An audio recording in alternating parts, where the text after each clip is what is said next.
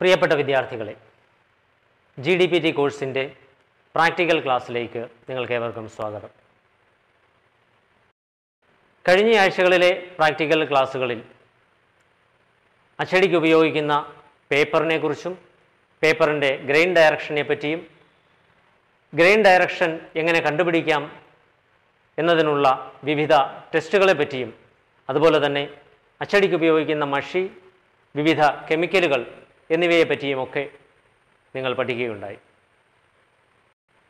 ഇന്ന് നമ്മൾ പഠിക്കുവാൻ പോകുന്നത് ഓഫ്സെറ്റ് മെഷീനെക്കുറിച്ചും മെഷീനിൻ്റെ വിവിധ യൂണിറ്റുകളെക്കുറിച്ചും അവയുടെ പ്രവർത്തനത്തെപ്പറ്റിയും അതുപോലെ തന്നെ ഓരോ യൂണിറ്റിലുമുള്ള വിവിധ ഭാഗങ്ങളെപ്പറ്റിയുമാണ് പഠിക്കുവാൻ പോകുന്നത്. ഒന്നാം വർഷ ക്ലാസ്സിൽ നിങ്ങൾ പഠിക്കുമ്പോൾ ഒരുപക്ഷെ നിങ്ങളുടെ സ്കൂളിലെ പ്രിൻറ്റിംഗ് ടെക്നോളജി ലാബിലെ മെഷീൻ നിങ്ങൾ കണ്ടിട്ടുണ്ടാവും. കുറേയൊക്കെ മെഷീനെ പറ്റി മനസ്സിലാക്കിയിട്ടുമുണ്ടാവും. ഏതായിരുന്നു ആ മെഷീനിൻ്റെ പേര് എന്ന് നിങ്ങൾ ഓർക്കുന്നുണ്ടോ? ഇന്ന് നിങ്ങളെ ഞാൻ പ്രിൻറ്റിംഗ് ടെക്നോളജി ലാബിലേക്ക് കൂട്ടിക്കൊണ്ടുപോവുകയാണ്. ഇത് HMT SOM 125 എന്ന മെഷീനാണ്. HMT എന്ന ചുരുക്കപ്പേര് നിങ്ങൾ നേരത്തെ കേട്ടിട്ടുണ്ടാവും അല്ലേ? ഹിന്ദുസ്ഥാൻ മെഷീൻ ടൂൾസ് എന്നാണ് അതിൻ്റെ പൂർണ്ണരൂപം. ഇത് ഒരു ഇന്ത്യൻ നിർമ്മിത മെഷീൻ ആണെന്ന് മാത്രമല്ല, നമ്മുടെ കേരളത്തിലെ എറണാകുളം ജില്ലയിൽ കളമശ്ശേരിയിലാണ് ഈ മെഷീൻ നിർമ്മാണ പ്ലാന്റ് ഉള്ളത്. അതിന് തൊട്ടു താഴെ കൊടുത്തിരിക്കുന്ന SOM ഇത് സൂചിപ്പിക്കുന്നത് ഷീറ്റ് ഫെഡ് ഓഫ്സെറ്റ് മെഷീൻ എന്നാണ്. എന്ന് പറഞ്ഞാൽ ഷീറ്റുകളായിട്ടാണ് ഇതിൽ അച്ചടിക്കുവാനുള്ള പേപ്പർ കടത്തിവിടുന്നത്. റോളുകൾ അഥവാ റീലായി പേപ്പർ കടത്തിവിടുന്ന മെഷീനുകൾ ഉണ്ട് എന്ന് നമ്മൾ പഠിച്ചിട്ടുണ്ട്. വെബ് ഓഫ്സെറ്റ് എന്നാണ് അതിന് പേര്. പത്രവും അതുപോലെ തന്നെ മാഗസിനുകളുമൊക്കെ അച്ചടിക്കുവാൻ ഇത്തരത്തിലുള്ള വെബ് ഓഫ്സെറ്റ് മെഷീനുകളാണ് ഉപയോഗിക്കുന്നത്. ഇനി ഇവിടെ കൊടുത്തിരിക്കുന്ന 125 എന്നതിലെ 1 സൂചിപ്പിക്കുന്നത് ഈ മെഷീനിൽ ഒരു പ്രിൻറ്റിംഗ് യൂണിറ്റ് മാത്രമേ ഉള്ളൂ എന്നതാണ്. അതിനർത്ഥം ഒരു സമയം ഒരു കളർ മാത്രമേ ഇതിൽ പ്രിൻ്റ് ചെയ്യുവാൻ സാധിക്കുകയുള്ളൂ. 25 എന്നത് സൂചിപ്പിക്കുന്നത് ഈ മെഷീനിൽ ഫീഡ് ചെയ്യാൻ പറ്റുന്ന അതല്ലെങ്കിൽ അച്ചടിക്കുവാൻ സാധിക്കുന്ന പേപ്പറിൻ്റെ പരമാവധി വലിപ്പത്തെ സൂചിപ്പിക്കുന്നതാണ്. 25 ഇഞ്ച് വലിപ്പം വരെയുള്ള പേപ്പർ ഈ മെഷീനിൽ അച്ചടിക്കാം എന്നതാണ് ആ 25 എന്നതുകൊണ്ട് സൂചിപ്പിക്കുന്നത്. ഓഫ്സെറ്റ് മെഷീനിൻ്റെ ഭാഗങ്ങളെപ്പറ്റി പറയുമ്പോൾ പ്രധാനമായും 4 ഭാഗങ്ങളായിട്ട് നമുക്കിതിനെ തിരിക്കാം.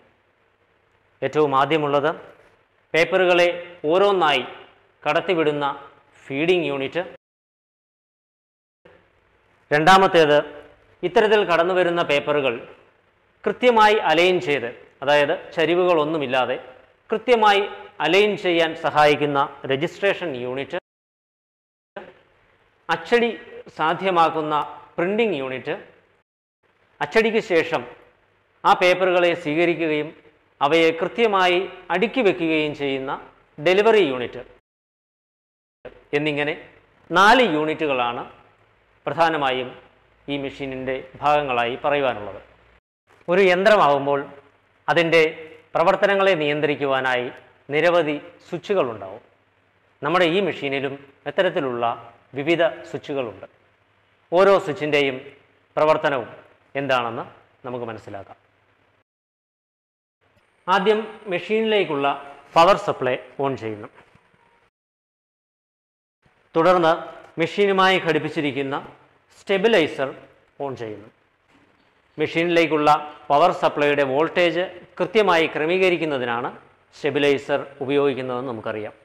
സ്റ്റെബിലൈസർ ഓൺ ചെയ്ത് കഴിയുമ്പോൾ ലൈൻ വോൾട്ടേജ് സംബന്ധിച്ചിട്ടുള്ള വിവരങ്ങൾ നമുക്ക് ഈ ഡിസ്പ്ലേയിൽ നിന്നും മനസ്സിലാക്കുവാൻ സാധിക്കും. തുടർന്ന് മെഷീനിൻ്റെ ഓപ്പറേറ്റർ സ്വിച്ച് പാനലിനോട് ചേർന്നിട്ടുള്ള ഈ മെയിൻ സ്വിച്ച് കൂടി ഓൺ ചെയ്ത് കഴിഞ്ഞാൽ മെഷീൻ പ്രവർത്തന സജ്ജമായി. മെഷീനിൻ്റെ ഈ ഭാഗത്തിന് പറയുന്ന പേരാണ് ഓപ്പറേറ്റർ സൈഡ്. ഇവിടെ നിങ്ങൾക്ക് നിരവധി സ്വിച്ചുകളും അതുപോലെ തന്നെ നിരവധി ഇൻഡിക്കേറ്റർ ബൾബുകളും കാണുവാൻ സാധിക്കും. ഈ സ്വിച്ചുകളെല്ലാം മെഷീനിൻ്റെ വിവിധ ഭാഗങ്ങളുടെ പ്രവർത്തനങ്ങളെ നിയന്ത്രിക്കുന്നതിന് വേണ്ടിയിട്ടുള്ളതാണ്. ഇതാണ് മെഷീനിൻ്റെ എമർജൻസി സ്റ്റോപ്പ് ബട്ടൺ. മെഷീൻ പ്രവർത്തിച്ചുകൊണ്ടിരിക്കുമ്പോൾ മെഷീനെ നിർത്തണമെന്നുണ്ടെങ്കിൽ ഈ ബട്ടണിൽ പ്രസ് ചെയ്ത് കഴിഞ്ഞാൽ നമുക്ക് മെഷീൻ്റെ പ്രവർത്തനം നിർത്തിവയ്ക്കുവാൻ സാധിക്കും. അതുപോലെ തന്നെ വീണ്ടും മെഷീൻ പ്രവർത്തന സജ്ജമാക്കണമെങ്കിൽ ഈ ബട്ടണിൽ ഈ കാണിച്ചിരിക്കുന്ന ആരോയുടെ ഡയറക്ഷനിൽ ഈ സ്വിച്ചിനെ തിരിച്ചു കഴിഞ്ഞാൽ വീണ്ടും മെഷീൻ പ്രവർത്തന സജ്ജമാകും. അതിന് തൊട്ട് മുകളിലായും താഴെയായും കൊടുത്തിരിക്കുന്ന ഈ രണ്ട് ബട്ടണുകളെ ഇഞ്ചിങ് ബട്ടണുകൾ എന്നാണ് പറയുന്നത്. ഇഞ്ചിങ് ബട്ടൺ എന്നതിൻ്റെ അർത്ഥം നമുക്ക് പ്ലേറ്റ് ഫിക്സ് ചെയ്യുന്ന സമയത്തോ അതല്ലെങ്കിൽ പ്ലേറ്റ് സിലിണ്ടർ ക്ലീൻ ചെയ്യേണ്ട സമയത്തോ ഒക്കെ മെഷീൻ കുറഞ്ഞ വേഗതയിൽ ചലിപ്പിക്കേണ്ടി വരുന്ന സന്ദർഭങ്ങളിൽ ഏറ്റവും ഉപയോഗപ്പെടുന്ന രണ്ട് ബട്ടണുകളാണ് ഇവ രണ്ടും. ഇത് ഫോർവേഡ് ഇഞ്ചിങ്, അതുപോലെ തന്നെ ഇത് റിവേഴ്സ് ഇഞ്ചിങ് ബട്ടൺ. മെഷീൻ കണ്ടിന്യൂസായി പ്രവർത്തിപ്പിക്കുന്നതിനുള്ള സ്വിച്ചാണ് ഈ കാണുന്നത്. ഈ ബട്ടണിൽ അമർത്തി കഴിയുമ്പോൾ മെഷീൻ കണ്ടിന്യൂസായി പ്രവർത്തനം ആരംഭിക്കും. അതുപോലെ തന്നെ മാനുവലായി ഇംപ്രഷൻ ഓണാക്കേണ്ട സന്ദർഭത്തിൽ, അതിനെപ്പറ്റി നിങ്ങൾക്ക് വരുന്ന ക്ലാസ്സുകളിൽ വിശദമായി മനസ്സിലാക്കാം, അതിന് വേണ്ടിയിട്ട് ഉള്ള സ്വിച്ചാണിത്. അതുപോലെ തന്നെ ഇംപ്രഷൻ മാനുവലായി ഉള്ള ഇംപ്രഷൻ ഓഫ് ചെയ്യുന്നതിനുള്ള ബട്ടണാണ് തൊട്ടു താഴെ കാണുന്നത്. ഇവിടെ ഏറ്റവും മുകളിലായി കാണുന്ന ഈ ബട്ടൺ മെഷീൻ്റെ വിവിധ ഭാഗങ്ങളിലുള്ള ലൈറ്റുകൾ ഓണാക്കുന്നതിന്, വെളിച്ചത്തിന് വേണ്ടിയിട്ടുള്ള ലൈറ്റുകൾ ഓൺ ചെയ്യുന്നതിനും ഓഫ് ചെയ്യുന്നതിനുമുള്ള സ്വിച്ചാണ്. അതിന് തൊട്ടു താഴെയായി കാണുന്നത് ഫീഡിംഗ് യൂണിറ്റിലെ പൈൽ ബോർഡ്, അതായത് പേപ്പറിനെ അടുക്കി വയ്ക്കുന്ന ബോർഡ്. ആ ബോർഡിനെ ഉയർത്തുന്നതിനും അതുപോലെ തന്നെ താഴ്ത്തുന്നതിനുമുള്ള രണ്ട് ബട്ടണുകളാണിത്. ഒരു വർക്ക് ആരംഭിക്കുന്ന സമയത്ത് ഇത് താഴ്ത്തി വെച്ചതിന് ശേഷം പേപ്പർ നമ്മൾ ഫയൽ ബോർഡിൽ ലോഡ് ചെയ്തതിന് ശേഷമാണ് നമ്മൾ പ്രിൻ്റ് ചെയ്യുന്നത്. അടുത്ത നിരയിൽ ഏറ്റവും മുകളിൽ കാണുന്നത് മെഷീനിൻ്റെ രജിസ്ട്രേഷനും ഒക്കെയായിട്ട് ബന്ധപ്പെട്ട് രജിസ്ട്രേഷൻ യൂണിറ്റിൽ ഘടിപ്പിച്ചിരിക്കുന്ന ഫോട്ടോ സെൽ ഓൺ ചെയ്യുന്നതിനും ഓഫ് ചെയ്യുന്നതിനുമുള്ള സ്വിച്ചാണ്. അതിന് തൊട്ടു താഴെ ഈ മഞ്ഞ കളറിൽ കാണുന്നത് ഫീഡർ യൂണിറ്റ് മുഴുവനായി പ്രവർത്തിപ്പിക്കുന്നതിനുള്ള സ്വിച്ചാണ്. ഇതിൽ അമർത്തി കഴിയുമ്പോൾ ഫീഡർ യൂണിറ്റ് പ്രവർത്തനം ആരംഭിക്കും. അതിന് തൊട്ടു താഴെയുള്ള ചുവന്ന ബട്ടണിൽ അമർത്തി കഴിയുമ്പോൾ ഫീഡർ യൂണിറ്റിൻ്റെ പ്രവർത്തനം നിർത്തുവാനും നമുക്ക് സാധിക്കും. ഏറ്റവും അവസാനത്തെ നിരയിൽ മുകളിലായി കാണുന്ന ഈ സ്വിച്ച് ഡാമ്പനിങ് യൂണിറ്റുമായി ബന്ധപ്പെടുത്തിയിട്ടുള്ള മോട്ടോറിൻ്റെ പ്രവർത്തനം നിർത്തുന്നതിനും അതുപോലെ തന്നെ പ്രവർത്തനം തുടങ്ങുന്നതിനും വേണ്ടിയിട്ടുള്ള സ്വിച്ചാണ് ഈ കാണുന്നത്. പിന്നീടുള്ള ഈ രണ്ട് സ്വിച്ചുകൾ നമുക്കറിയാം, ഫീഡിംഗ് യൂണിറ്റ് പ്രവർത്തിക്കണമെങ്കിൽ അതിലേക്ക് സക്ഷൻ എയറും അതുപോലെ തന്നെ ബ്ലോവറും ഒക്കെ വേണമെന്നുള്ളത് നമ്മൾ കേട്ടിട്ടുണ്ട്. അതിന് വേണ്ടിയിട്ട് അതിന് വേണ്ടിയിട്ടുള്ള കംപ്രസർ ഓൺ ചെയ്യുന്നതിനുള്ള ബട്ടണാണ് ഈ കാണുന്നത്. അതിന് തൊട്ട് താഴെയുള്ളത് കംപ്രസർ ഓഫ് ചെയ്യുന്നതിനുള്ള സ്വിച്ചും കൂടിയാണ്. അതിന് തൊട്ട് വശത്തായി കാണുന്ന ഈ ഡിസ്പ്ലേ മെഷീനിൻ്റെ സ്പീഡിനെ സൂചിപ്പിക്കുന്നതാണ്. മെഷീൻ റൺ ചെയ്യുന്ന സമയത്ത് എത്ര ഇംപ്രഷൻ പെർ അവർ എന്ന് വെച്ചാൽ ഒരു മണിക്കൂറിൽ എത്ര ഇംപ്രഷൻ പ്രിൻ്റ് ചെയ്യാൻ സാധിക്കും എന്നതിനെയാണ് ഇത് സൂചിപ്പിക്കുന്നത്. അതിനെ നിയന്ത്രിക്കുന്നതിനുള്ള നോബാണ് ഈ കാണുന്നത്. ഈ നോബ് തിരിക്കുന്നതിനനുസരിച്ച് മെഷീനിൻ്റെ സ്പീഡ് ഇംപ്രഷൻ പെർ അവർ കൂടി വരും. നമുക്കിവിടെ കുറേയധികം ഇൻഡിക്കേറ്റർ ബൾബുകൾ കാണുവാൻ സാധിക്കും. അതായത് മെഷീനുമായി ബന്ധപ്പെട്ട് എന്തെങ്കിലും അപാകതകളുണ്ടെങ്കിൽ, ഉദാഹരണത്തിന് ഓയിൽ ഇല്ല എങ്കിൽ, അതുപോലെ ഒന്നിൽ കൂടുതൽ ഷീറ്റുകൾ കടന്നു പോകുന്നുണ്ടെങ്കിൽ അത് സെൻസ് ചെയ്യുക, മെഷീനിൻ്റെ വിവിധ ഭാഗങ്ങളിലായിട്ടുള്ള സേഫ്റ്റി ഗാർഡുകളെ സംബന്ധിച്ചിട്ടുള്ള വിവരങ്ങൾ എന്നിവയെ പറ്റിയൊക്കെ സൂചന നൽകുന്ന ഇൻഡിക്കേറ്റർ ബൾബുകളാണ് നാം ഇവിടെ കാണുന്നത്. ഷീറ്റ് ഫെഡ് ഓഫ്സെറ്റ് മെഷീനിൻ്റെ ഫീഡിംഗ് യൂണിറ്റുമായി ബന്ധപ്പെട്ട ഏതാനും ഭാഗങ്ങൾ നമുക്കിന്ന് പരിചയപ്പെടാം. മെഷീനിൽ പേപ്പറുകൾ ലോഡ് ചെയ്യുന്നതിനായി കാണുന്ന ഈ പരന്ന പ്രതലത്തിനെയാണ് പൈൽ ബോർഡ് എന്ന് പറയുന്നത്. പൈൽ ബോർഡിൻ്റെ മധ്യഭാഗത്തായി വേണം പേപ്പറുകൾ അടുക്കി വയ്ക്കേണ്ടത്. ഇപ്രകാരം പേപ്പറുകൾ അടുക്കി വെച്ചതിന് ശേഷം പൈൽ ബോർഡിൻ്റെ സൈഡിലായി കാണപ്പെടുന്ന സൈഡ് ഗൈഡുകൾ പേപ്പറിനോട് ചേർത്ത് വയ്ക്കുക. പേപ്പർ ലോഡ് കഴിഞ്ഞതിന് ശേഷം പേപ്പറുകൾ ഒറ്റയൊറ്റയായി കടത്തിവിടുന്നതിനായി ഒരുപാട് സജ്ജീകരണങ്ങൾ നമ്മുടെ മെഷീനിൽ അറേഞ്ച് ചെയ്തിട്ടുണ്ട്. അതെല്ലാം ഓരോന്നായി പരിചയപ്പെടാം. ഫയൽ ബോഡിയിൽ ലോഡ് ചെയ്തിരിക്കുന്ന പേപ്പറുകൾ ഒറ്റയൊറ്റയായി മെഷീനിലേക്ക് കടത്തിവിടുവാൻ വേണ്ടി ഉള്ള ക്രമീകരണങ്ങളെല്ലാം തന്നെ ഫീഡിംഗ് യൂണിറ്റിൻ്റെ ഏറ്റവും പിറകിലായാണ് സെറ്റ് ചെയ്തിരിക്കുന്നത്. ഈ കാണുന്ന ഭാഗത്തിനെ സ്റ്റോപ്പേഴ്സ് അഥവാ ബാക്ക് ഗൈഡുകൾ എന്ന് പറയുന്നു. ഫയൽ ബോർഡിൽ ലോഡ് ചെയ്ത പേപ്പറെല്ലാം ഈ ബാക്ക് ഗൈഡിനോട് ചേർത്താണ് വെക്കേണ്ടത്. ഇതിനോട് ചേർന്ന് വരുന്ന ഈ ഭാഗത്തിനെ മെറ്റൽ ഫിംഗേഴ്സ് അഥവാ ഷീറ്റ് സെപ്പറേറ്റിംഗ് ഫിംഗേഴ്സ് എന്ന് പറയുന്നു. ഇതിലുള്ള സ്പ്രിംഗ് ആക്ഷൻ മൂലം മുകളിലുള്ള പേപ്പർ എടുത്തു പോയാൽ തൊട്ട് താഴെ വരുന്ന പേപ്പറിനെ തട്ടി ഫയൽ ബോർഡിലേക്ക് തന്നെ വീഴ്ത്താൻ ഈ മെറ്റൽ ഫിംഗേഴ്സ് സഹായിക്കുന്നു. അടുത്തതായി ഈ കാണുന്ന മെറ്റൽ ഭാഗത്തിനെ ബ്ലോവേഴ്സ് എന്നാണ് പറയുന്നത്.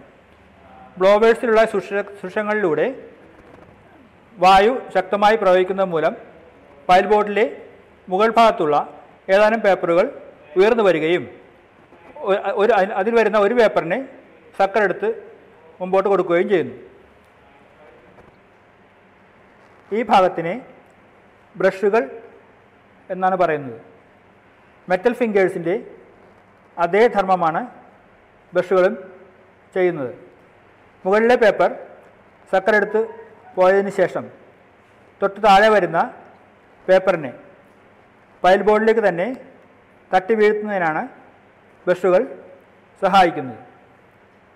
ഈ കാണുന്ന ഭാഗത്തിനെ ഫയൽ ഹൈറ്റ് ഗവേണർ എന്നാണ് പറയുന്നത്.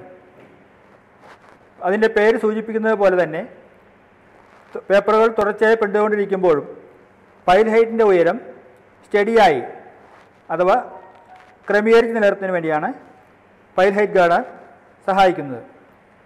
ഫയൽ ഹൈറ്റ് ഗവേണറിൻ്റെ താഴെ നിരവധി സുഷിരങ്ങൾ കാണാം. ഈ സുഷിരങ്ങൾ വഴിയും വായു ഫയലിലേക്ക് പ്രവഹിക്കുന്നുണ്ട്. ഇപ്രകാരം വായുവിൻ്റെ സഹായത്താൽ ഉയർന്നു വരുന്ന പേപ്പറുകളെ എടുക്കുന്നത് മെഷീനിലേക്ക് ഫീഡ് ചെയ്യാനായി എടുക്കുന്നത് സക്കറുകളാണ്. നമ്മുടെ ഈ മെഷീനിൽ ഒരു സെറ്റ് സക്കറുകൾ നിങ്ങൾക്ക് കാണാവുന്നതാണ്. ഈ രണ്ട് സക്കറുകൾ ചേർന്ന ഈ സക്കർ സെറ്റാണ് പേപ്പറിനെ എടുത്ത് മെഷീനിലേക്ക് കൊടുക്കുന്നത്. ചില വലിയ മെഷീനുകളിൽ ഒരു സെറ്റ് സക്കറുകൾ കൂടുതലായി കാണാം. ഇതുപോലെ പേപ്പർ എടുക്കുന്ന സക്കറുകളും അതിനെ മുന്നോട്ട് നയിക്കാനായി കൊടുക്കുന്ന സക്കറുകൾ വേറെ ഉണ്ടാവും. നമ്മുടെ മെഷീനിൽ പേപ്പർ എടുക്കുന്നതും കൊടുക്കുന്നതും ഈ ഒരു സെറ്റ് സക്കറുകൾ തന്നെയാണ്. സക്കറിൻ്റെ താഴെ വാഷർ പോലെ കാണപ്പെടുന്ന ഈ ഭാഗത്തിനെ സക്ഷൻ ഫുട്ട് എന്നാണ് പറയുന്നത്. സക്കറിൻ്റെ ബോഡിയെ മൊത്തം ചേർത്ത് സക്കർ ഫുട്ട് എന്നും പറയുന്നു. സക്ഷൻ ഫുട്ടും സക്കർ ഫുട്ടും നിങ്ങൾ തിയറിയിൽ പഠിച്ചു കാണുമല്ലോ. ഈ ഭാഗത്തിനെ സക്ഷൻ ഓൺ ഓഫ് ലിവർ എന്നാണ് പറയുന്നത്. ഈ ലിവർ ഓൺ ചെയ്താൽ മാത്രമേ കംപ്രസറിൽ നിന്നുള്ള എയർ ഫീഡറിൽ എത്തുകയുള്ളൂ. ഇതിന് മുകളിൽ കാണുന്ന ഈ ഭാഗമാണ് കംപ്രസറിലുള്ള എയറിൻ്റെ മർദ്ദത്തെ നിയന്ത്രിക്കുന്നത്. ഇതിനോടൊപ്പം കാണുന്ന ഈ ഗേജിൽ നോക്കി മർദ്ദത്തിൻ്റെ അളവ് നമുക്ക് മനസ്സിലാക്കാവുന്നതാണ്. ഫീഡിംഗ് യൂണിറ്റ് പേപ്പർ എടുത്തു കഴിഞ്ഞാൽ ഫീഡ് ബോർഡിലേക്ക് പേപ്പറിനെ കടത്തിവിടുന്നതിനായി പേപ്പറിനെ സ്വീകരിക്കുന്നത് ഈ ഭാഗമാണ്. ഇതിന് രണ്ട് ഭാഗങ്ങളുണ്ട്. വീൽ പോലെ കാണുന്ന ഈ ഭാഗത്തിനെ ഡ്രോപ്പ് വീൽ എന്നാണ് പറയുന്നത്. അതിന് താഴെ റോളറിൻ്റെ രൂപത്തിൽ കാണുന്ന ഈ ഭാഗത്തിനെ ഫോർവേഡിംഗ് റോളർ എന്ന് പറയുന്നു. ഈ ഫോർവേഡിംഗ് റോളറും ഡ്രോപ്പ് വീലും ചേർന്ന് കറങ്ങുമ്പോഴാണ് അതിനിടയിലൂടെ പേപ്പർ ഫീഡ് ബോർഡിലേക്ക് എത്തുന്നത്.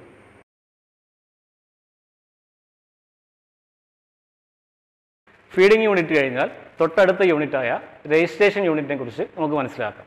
രജിസ്ട്രേഷൻ യൂണിറ്റിലെ പ്രധാന ഭാഗങ്ങൾ double sheet detector, feed board, front lay, side lay എന്നിവയാണ്.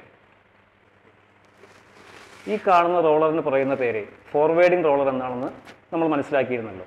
ഈ ഫോർവേഡിംഗ് റോളറിനെ തൊട്ടു മുകളിലായി ക്രമീകരിച്ചിരിക്കുന്ന ഈ സംവിധാനമാണ് ഡബിൾ ഷീറ്റ് ഡിറ്റക്ടർ. ഒരു സമയം ഒരു ഷീറ്റ് മാത്രമേ പ്രിൻറ്റിംഗ് യൂണിറ്റിലേക്ക് കടന്നു പോകാൻ പാടുകയുള്ളൂ. ഒന്നിലധികം ഷീറ്റുകൾ കടന്നു പോവുകയാണെങ്കിൽ മുകളിലെ ഷീറ്റിൽ മാത്രമേ പ്രിൻറ്റിംഗ് വരികയുള്ളൂ. അതുമാത്രമല്ല, ഒന്നിലധികം ഷീറ്റുകൾ കടന്നു പോവുകയാണെങ്കിൽ നമ്മുടെ ബ്ലാങ്കറ്റിന് കേടുപാടുകൾ സംഭവിക്കുന്നതാണ്. ഫീഡറിൽ നിന്ന് രജിസ്ട്രേഷൻ യൂണിറ്റിലേക്ക് അല്പം ചെരിച്ച് ഘടിപ്പിച്ചിരിക്കുന്ന ഈ ബോർഡിനെയാണ് രജിസ്ട്രേഷൻ ബോർഡ് അല്ലെങ്കിൽ ഫീഡ് ബോർഡ് എന്ന് വിളിക്കുന്നത്. രജിസ്ട്രേഷൻ ബോർഡിലൂടെ പേപ്പറിന്റെ സുഗമമായ നീക്കത്തിന് കൺവെയർ ബെൽറ്റുകളും റോട്ടറി ബ്രഷ് വീലുകളും റണ്ണേഴ്സും ബോൾ അസംബ്ലിയും ഘടിപ്പിച്ചിരിക്കുന്നു. പേപ്പറിന്റെ കനത്തിനും വലുപ്പത്തിനും അനുസരിച്ച് ഇവയുടെ മർദ്ദവും സ്ഥാനവും നമുക്ക് ക്രമീകരിക്കേണ്ടതായിട്ടുണ്ട്. രജിസ്ട്രേഷൻ യൂണിറ്റിന്റെ പ്രധാന ഭാഗങ്ങളാണ് ഫ്രണ്ട് ലെയും സൈഡ് ലെയും. അച്ചടിക്കുന്ന ഇമേജ് എല്ലാ പേപ്പറിലും കൃത്യമായ സ്ഥാനത്ത് വരുന്നതിനായിട്ടാണ് രജിസ്ട്രേഷൻ എന്ന് നമ്മൾ മനസ്സിലാക്കിയിട്ടുണ്ടല്ലോ. സാധാരണ രീതിയിൽ ഓഫ്സെറ്റ് മെഷീനുകളിൽ 2 ഫ്രണ്ട് ലെയും 1 സൈഡ് ലെയുമാണ് ഘടിപ്പിച്ചിരിക്കുന്നത്. അതുകൊണ്ട് തന്നെ ഈ സംവിധാനത്തെ 3 പോയിന്റ് രജിസ്ട്രേഷൻ സിസ്റ്റം എന്നും പറയുന്നു. ഈ കാണുന്നതാണ് ഫ്രണ്ട് ലൈൻ. ഫീഡ് ബോർഡിലൂടെ കടന്നു വരുന്ന പേപ്പർ ഫ്രണ്ട് ലൈനിൽ എത്തിച്ചേരുമ്പോൾ കുറച്ച് താഴത്തേക്ക് ചെരിയുകയും പേപ്പറിനെ കുറച്ച് നേരത്തേക്ക് സ്റ്റോപ്പ് ചെയ്യുകയും ചെയ്യുന്നു. ഈ സമയത്താണ് പേപ്പറിൻ്റെ ഫ്രണ്ട് വൈസ് അലൈൻമെൻറ്റ് കറക്റ്റ് ചെയ്യുന്നത്. ഫ്രണ്ട് വൈസ് അലൈൻമെൻറ്റ് കറക്റ്റ് ചെയ്ത് കഴിഞ്ഞാൽ കുറച്ച് സൈഡിലേക്ക് പേപ്പറിനെ വലിക്കുന്നു. ഈ സമയത്താണ് പേപ്പറിൻ്റെ സൈഡ് വൈസ് അലൈൻമെൻറ്റ് കറക്റ്റ് ചെയ്യുന്നത്. ഫീഡ് ബോർഡിലൂടെ കടന്നു വരുന്ന പേപ്പർ അല്പം ചെരിഞ്ഞു വരികയോ ഫ്രണ്ട് ലൈനിൽ എത്തിച്ചേരാൻ അല്പം വൈകുകയോ ചെയ്യുകയാണെങ്കിൽ മെഷീനിൽ ഘടിപ്പിച്ചിരിക്കുന്ന ഫോട്ടോ സെൽ സംവിധാനം വഴി തിരിച്ചറിയുകയും മെഷീൻ്റെ ഫീഡർ കട്ട് ഓഫ് ചെയ്യുകയും ചെയ്യുന്നത്. ഫ്രണ്ട് ലൈനിൽ എത്തിച്ചേരുന്ന പേപ്പറിൻ്റെ ഫ്രണ്ട് വൈസ് അലൈൻമെൻറ്റ് കറക്റ്റ് ചെയ്യുകയും സൈഡ് ലൈനിൽ എത്തിച്ചേരുന്ന പേപ്പറിൻ്റെ സൈഡ് വൈസ് അലൈൻമെൻറ്റ് കറക്റ്റ് ചെയ്യുകയും ചെയ്തതിനു ശേഷം പേപ്പറിനെ പ്രിന്റ് ചെയ്യാനായി പ്രിന്റിംഗ് യൂണിറ്റിലേക്ക് കടത്തിവിടുന്നു.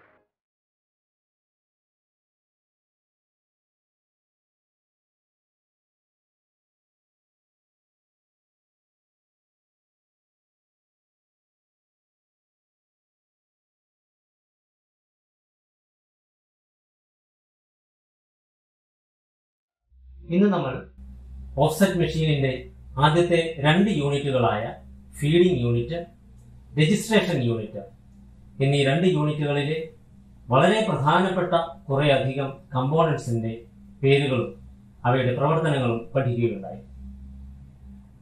ഇവയെല്ലാം ഒരിക്കൽ കൂടി നമ്മുടെ ഓർമ്മയിലേക്ക് കൊണ്ടുവരാം. ഫീഡിംഗ് യൂണിറ്റിൽ അച്ചടിക്കുവാനുള്ള പേപ്പറിനെ അടുക്കി വയ്ക്കുന്ന ഫയൽ ബോർഡ്, അടുക്കി വെച്ചിരിക്കുന്ന പേപ്പറിൽ നിന്നും ഓരോരോ ഷീറ്റായി പ്രിന്റിംഗ് യൂണിറ്റിലേക്ക് കടത്തിവിടുവാൻ സഹായിക്കുന്ന സംവിധാനങ്ങളായ സക്കറുകൾ, ബ്ലോവറുകൾ, ഷീറ്റ് സെപ്പറേറ്റിംഗ് ഫിംഗേഴ്സ്, അതുപോലെ തന്നെ ഷീറ്റ് സെപ്പറേറ്റിംഗ് ബ്രഷസ്.